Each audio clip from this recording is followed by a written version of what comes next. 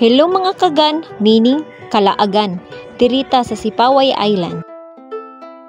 Diring dapita, nindot kaayo lang tawon pero perting kulbaa. Kusog ang balod, murag mangaway, pero kalmarata diring dapita. Di rata mabalaka kay 12 to 15 minutes maabot na ta. Mulangoy lang ta ingkaso man, pero atik ra. Ningtugpa na ta sa Sipaway Island. Padulong na ta sa resort. Ang resort pangalan kay Monica's Rest House. Pagkang ninduta sa palibot, garden kaayo, pagkang green. O pagkang namia sa ilang swimming pool, pagkang ninduta lang tawon, pero tugnaw ilangoy. Nagprepare nami aning dapita kay gikutoy na ang among mga tiyan. Pero tungod sa kanindot sa palibot, nagmoment pa. Dali, itorta mo sa rest house ni Monica.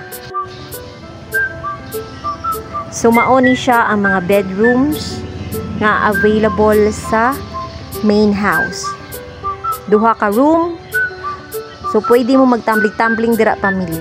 And naapod sila yung mga bar house ug bike nga pang Korean novela.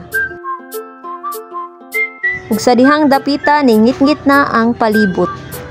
Mao kini ang itsura paggabi na sa resort. Ganahan kay ko silang bangko oy.